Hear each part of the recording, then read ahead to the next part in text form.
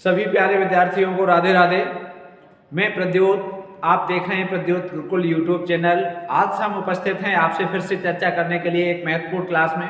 जी हाँ, आज हम लेकर आए हैं आधुनिक काल, आधुनिक गद्य विधाएं, और वहां से लेकर हमने महत्वपूर्ण प्रश्नों का संकलन किया है जो आपकी परीक्षा के लिए होगा अमोघ। अमोघ का अर्थ होता है जो निष्फल न हो, निष्फल न हो उसे कहते हैं अमोघ, और जो अस्त्र निष्फल न हो उसे कहते हैं अमोघास्त्र। तो आज का ये सेशन अमोघ होने वाला है और ये निष्फल होने वाला नहीं है, तो महत्वपूर्ण संकलन लेकर आए हैं। चलिए तो शुरुआत करते हैं बिना किसी देर के।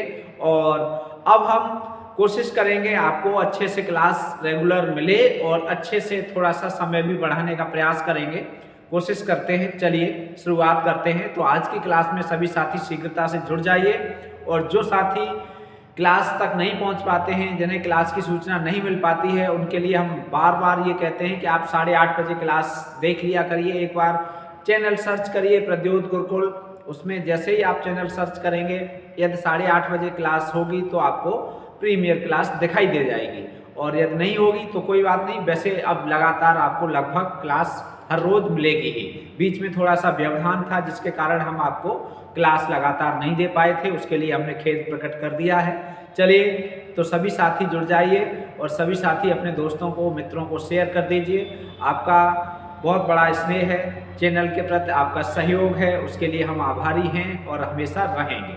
चलिए शुरुआत करते हैं। उस दिन हमने ये प्रश्नोत्तरी आपको लगाई थी यहाँ पर, और इसमें हमने 20 प्रश्न हल कर लिए थे। स्त्री होने की सजा और बचपन से बलात्कार, ये कृति हमने पढ़ ली थी। यहाँ तक 20 प्रश्न हो गए थे। अब हम 21वें प्रश्न से आगे बढ़ेंगे आज की इस क्लास में, ठीक है। 21वें प्रश्न से आगे के प्रश्न हल करेंगे। चलिए तो बिना किसी देर के हम शुरुआत करते हैं। संगत युग्म बताइए, बताइए संगत, असंगत होना चाहिए था, गलत हो गया है प्रिंटिंग में। चलिए तो कुछ उसमें एक प्रश्न ऑब्जेक्टिव, थोड़ा सा एक विकल्प लिखने में अशुद्धि हो गई थी। अगले प्रश्न पे चर्चा करते हैं। असंगत युग्म का चयन कीजिए। मैं एक बेरोजगार हूँ, मैं एक बेरोजगार आदमी हूँ। एकालाप, आंचलिक रेखाचित्र, रेखाचित्र, ठेले पर हिमालय, लघु कथा, उड़ते पंख, लघु कथा। चलिए बहुत शानदार प्रश्न है। इनमें से विधा लिखी गई है इधर, और इधर रचना का नाम लिखा गया है, कृति, ठीक है। कौन सी कृति किस विधा की है ये यहाँ पर नोट किया गया है, और आपको असंगत चयन करना है, ठीक है। तो मैं एक बेरोजगार आदमी हूँ, एकालाप, आंचलिक रेखाचित्र, रेखाचित्र, ठेले पर हिमालय, लघु कथा, उड़ते पंख, लघु कथा, ठीक है। तो ये बिल्कुल संगत है। मैं एक बेरोजगार आदमी हूँ, एकालाप है। आंचलिक रेखाचित्र, ये रेखाचित्र है, और ये हो गया असंगत। ठेले पर हिमालय, लघु कथा नहीं है, ये निबंध है, और निबंध भी कैसा है, संस्मरणात्मक, ठीक है। ठेले पर हिमालय, और किसका है ये, धर्मवीर भारती का है। बहुत चर्चित निबंध है, बहुत महत्वपूर्ण निबंध है, धर्मवीर भारती, ठीक है। तो ये आप याद रखेंगे। और उड़ते पंख लघु कथा विधा की रचना है। चलिए ठीक है, अगला प्रश्न देखते हैं। असंगत युग्म का चयन कीजिए। आंचलिक रेखाचित्र, चंद्रिका प्रसाद शर्मा। मैं एक बेरोजगार आदमी हूँ, सर्वेश्वर। अकेली, जगदीश चंद्र माथुर। मौत की खोज, जगदीश चंद्र मिश्रा। बताइए असंगत युग्म, असंगत युग्म का चयन कीजिए। तो इसमें असंगत युग्म है अकेली, जगदीश चंद्र माथुर, ठीक। 23वां हो गया। 24वां देखिए, संगत युग्म का चयन कीजिए। अब इसमें संगत युग्म है नाक का सवाल, धर्मवीर भारती, उड़ते पंख, जगदीश चंद्र मिश्र। संस्कृत के प्रहरी, अमृतलाल नागर। धूल भरे हीरे, सज्जयाद जहीर। तो इसमें संगत युग्म कौन सा है, उड़ते पंख, जगदीश चंद्र मिश्र। ठीक, चलिए अगला देखते हैं। 24वां हो गया, दलित साहित्य की पहली रचना कौन सी है? दलित साहित्य की पहली रचना कौन सी है? अछूत की समस्या, घुटन, घासवाली, जूठन, बताओ। तो दलित साहित्य की पहली समस्या कौन, दलित साहित्य की पहली रचना कौन सी मानी जाती है? दलित साहित्य की पहली रचना कौन सी मानी जाती है इनमें से? तो इनमें से ए विकल्प सही है, अछूत की समस्या। ठीक है, 25वां प्रश्न। अगला है 26वां, दलित साहित्य दलितों का ही हो सकता है क्योंकि उन्होंने नाटकीय उपेक्षापूर्ण जीवन दिया है, वह कल्पना की चीज नहीं। दलित साहित्य दलितों का ही हो सकता है क्योंकि उन्होंने नाटकीय उपेक्षापूर्ण जीवन दिया, वह कल्पना की चीज नहीं। देखो, दलित साहित्य पर बहुत सारा विवाद इस बात को लेकर है कि पहला दलित लेखक कौन है, दलित साहित्य कहाँ से शुरू हुआ, कहाँ से दलित साहित्य की नींव है, जड़ कहाँ है। तो क्या है कि दलित साहित्य के बारे में बहुत कुछ पहले लिखा गया था, लेकिन उसे दलित साहित्य का नाम नहीं दिया गया। अब उसमें विवाद ये है कि कुछ विद्वान तो ये कहते हैं कि जो दलितों द्वारा लिखा गया साहित्य है वही दलित साहित्य है। कुछ ये कहते हैं कि दलित के बारे में जो लिखा गया साहित्य है वो दलित साहित्य है। जैसे प्रेमचंद के साहित्य में भी दलित से संबंधित बहुत सारी चर्चाएं आई हैं।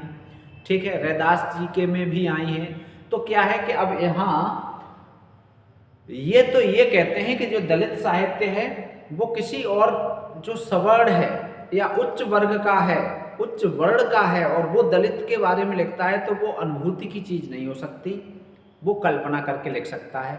और जो दलित व्यक्ति है उसने जो भोगा है, जो जिया है, वही लिखा तो वो ज्यादा प्रामाणिक और सत्य माना जाए। इसलिए ये कहते हैं कि यह कल्पना की चीज नहीं है।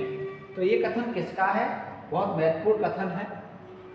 दलित साहित्य दलितों का ही हो सकता है, मोहनदास नेमिस राय। ठीक है, चलो अब देखो अगला, दलित साहित्य के बारे में, दलित साहित्य के बारे में दलितों द्वारा दलितों के बारे में दलितों के लिए मान्यता किसकी है? मतलब दलित साहित्य दलितों द्वारा दलितों के बारे में दलितों के लिए जो साहित्य लिखा गया वो दलित साहित्य है। जैसे आपने एक परिभाषा बचपन से याद की होगी, रटी होगी, लोकतंत्र जनता का, जनता के लिए, जनता द्वारा चुना गया शासन है। किसने कहा? इस तरह की परिभाषा आपने रटी होगी, पढ़ी होगी, सुनी होगी, जानी होगी। तो उसी तरह की ये मिलती जुलती परिभाषा है कि दलित साहित्य के बारे में किसने कहा कि दलितों द्वारा दलितों के बारे में दलितों के लिए लिखा गया साहित्य दलित साहित्य है, ऐसे समझ लो। तो ये किसकी मान्यता है? मैनेजर पांडे, ओम प्रकाश वाल्मीकि, नाम वर्ष हैं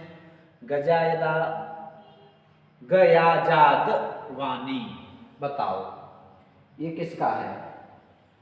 तो ये है नाम वर्ष हैं का कथन। ठीक है, सी विकल्प सही है। 28वां, क्रौंच हूं मैं, क्रौंच हूं मैं और नई फसल, ये रचनाएं किसकी हैं? क्रौंच हूं मैं और नई फसल, ये रचनाएं किसकी हैं? बताओ। क्रौंच हूं मैं शिवराज सिंह बेचैन, धर्मवीर, कुसुम नियोगी, क्रौंच हूं मैं और नई फसल। ठीक है,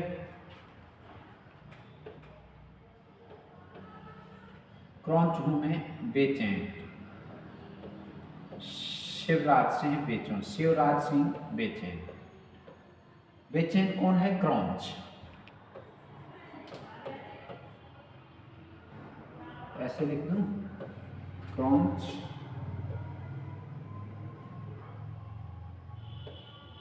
बेचैन है। कैसे बेचैन है? आपने पढ़ा होगा, क्या पढ़ा होगा? संस्कृत साहित्य का, लौकिक संस्कृत का पहला श्लोक महर्षि वाल्मीकि के मुख से निःसृत हुआ था। निःसृत का मतलब प्रस्फुटित निकला था। महर्षि वाल्मीकि प्रतिदिन तमसा नदी के किनारे स्नान करने जाते थे और उन्होंने देखा कि एक दिन क्रौंच पक्षी, नर और मादा, हमारे यहाँ जिसे सिस्सा कहते हैं, सारस कहते हैं, ठीक है, और बताया जाता है कि क्रौंच पक्षी एक दूसरे से इतना प्रेम करते हैं कि एक मर जाए, नर मर जाए तो मादा बिलख बिलख के प्राण दे देती है, और मादा मर जाए तो नर बिलख बिलख के प्राण दे देता है, रो रो के। आपस में एकनिष्ठ प्रेम के प्रतीक हैं। तो क्या है कि दोनों प्रेम क्रीड़ा कर रहे थे, नर और मादा क्रौंच। तभी एक बहेलिये ने, एक बधिक ने नर क्रौंच पक्षी पर बाण चला दिया और वो मर गया। तब महर्षि वाल्मीकि के मुख से एक श्लोक निकला, मां निषाद प्रतिष्ठाम त्वं ब्रह्मा शाश्वती समः। और ये श्लोक संस्कृत साहित्य का, इस दुनिया का पहला श्लोक था जो संस्कृत में, लौकिक संस्कृत में प्रस्फुटित हुआ या निकला।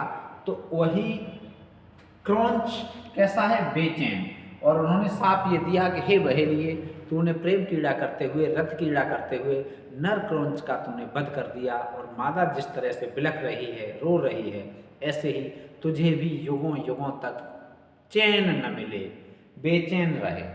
ठीक है, तो क्रौंच बेचैन है, तू भी बेचैन रहे। तो ये आप याद रखेंगे, किनका है, क्रौंच, शिवराज सिंह बेचैन। तिनका तिनका, अगला है तिनका तिनका। तिनका तिनका आग के लेखक, तिनका तिनका आग के लेखक कौन है, बताइए। नेमिष राय, सूरजपाल, जयप्रकाश करदम, कुसुम नियोगी। बहुत बढ़िया रचना है।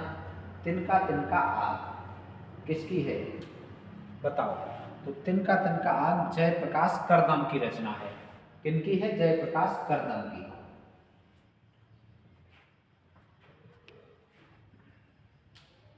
एक और इनकी रचना महत्वपूर्ण है, गूंगा नहीं हूं मैं। गूंगा नहीं हूं मैं, ठीक है, इन्हीं की है, बहुत महत्वपूर्ण रचना है, गूंगा नहीं हूं मैं। एक और है, काव्य संकलन है, राहुल। एक और है, बस्तियों से बाहर।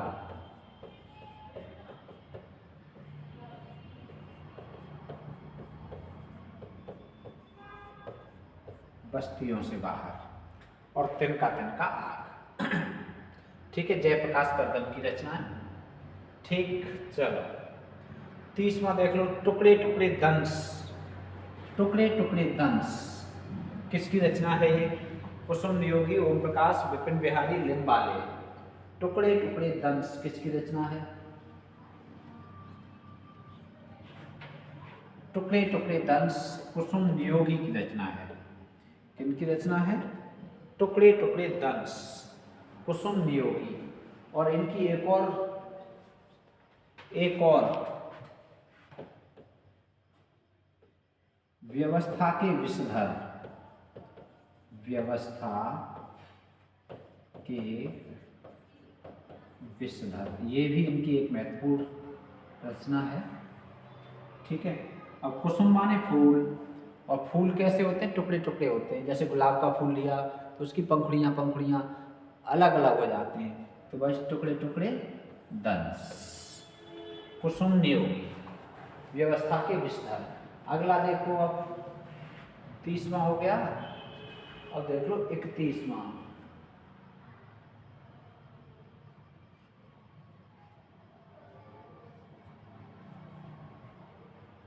हीरावन और कंपिला रचनाएं किनकी हैं, बताइए। हीरावन और कंपिला रचनाएं किनकी हैं, तो ये डॉक्टर धर्मवीर की हैं। ठीक,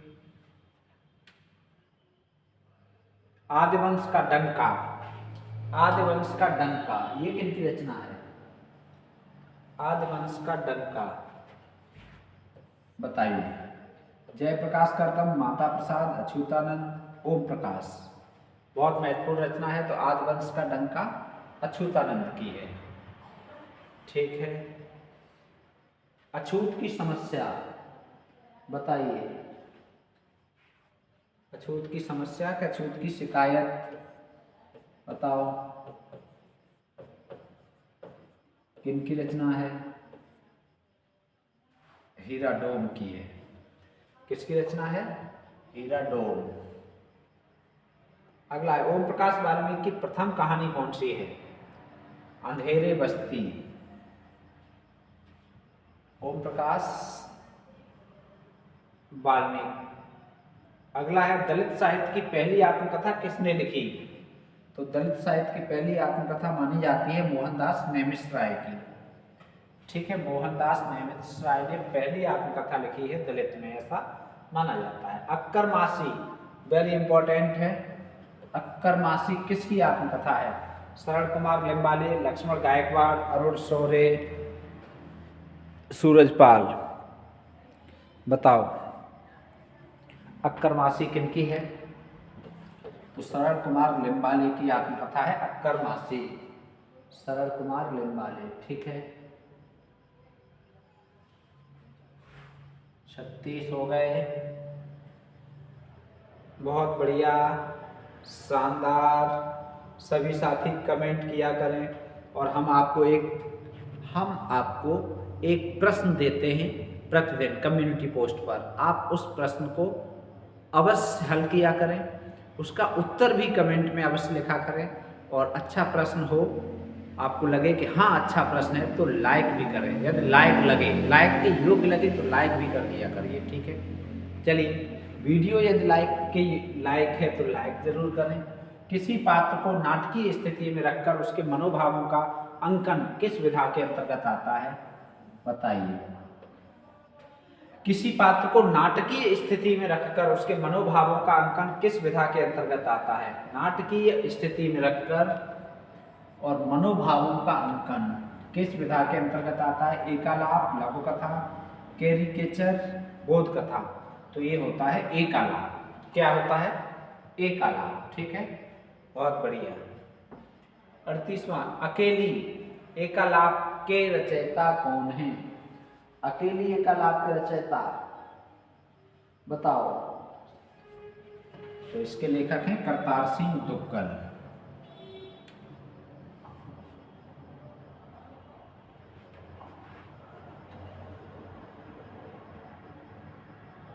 चलो अगला है, आकाश के तारे धरती के फूल लघु कथा के लेखक कौन है? आकाश के तारे धरती के फूल। आकाश के तारे धरती के फूल लघु कथा के लेखक कौन है? रावी, लक्ष्मीचंद जैन, परसाई, कन्हैयालाल मिश्र, प्रभाकर। बहुत शानदार प्रश्न है। ये लघु कथा है। ठीक है, और इसके लेखक हैं कन्हैयालाल मिश्र, प्रभाकर।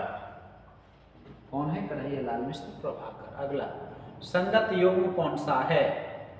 अंतररागिनी, उजली आग, श्रद्धाकण, मौक्तिक माल। संगत पूछ रहा है तो कौन सा है बताओ? अंतररागिनी। चंद्रिका प्रसाद श्रीवास्तव। अगला देखो, भेंट वार्ता का जन्म किस युग में हुआ? भेंट वार्ता, आपको भेंट वार्ता की क्लास हमने दी है, प्रश्नोत्तरी। भेंट वार्ता का जन्म किस युग में हुआ? रीतकाल, भारतेंद्र युग, द्विवेदी युग, छायावादी युग। बताओ।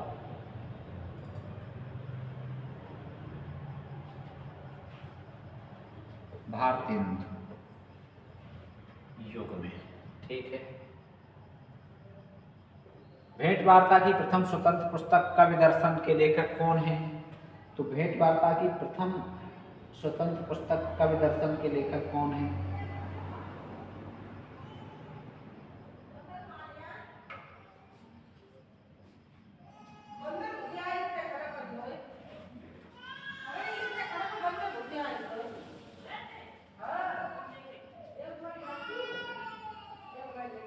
बेनी माधव शर्मा। भेंट वार्ता के प्रथम स्वतंत्र पुस्तक, भेंट वार्ता की प्रथम स्वतंत्र पुस्तक एक प्रश्नोत्तरी में हमने आपको कराई थी, कवि दर्शन है और इसके लेखक हैं बेनी माधव शर्मा जी।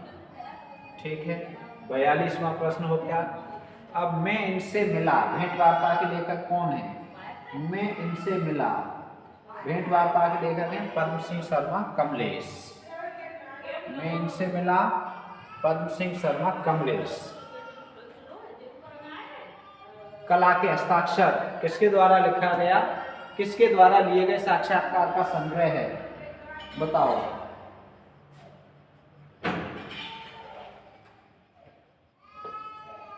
देवेंद्र सत्यार्थी, देवेंद्र सत्यार्थी। 45वां राजेंद्र यादव द्वारा लिया गया साक्षात्कार, राजेंद्र यादव द्वारा लिया गया साक्षात्कार की पुस्तक है? बताओ।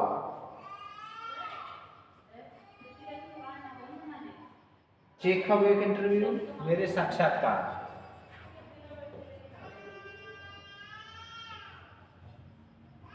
बताओ, सी विकल्प सही है। क्या टाइम हो रहा है? चलो,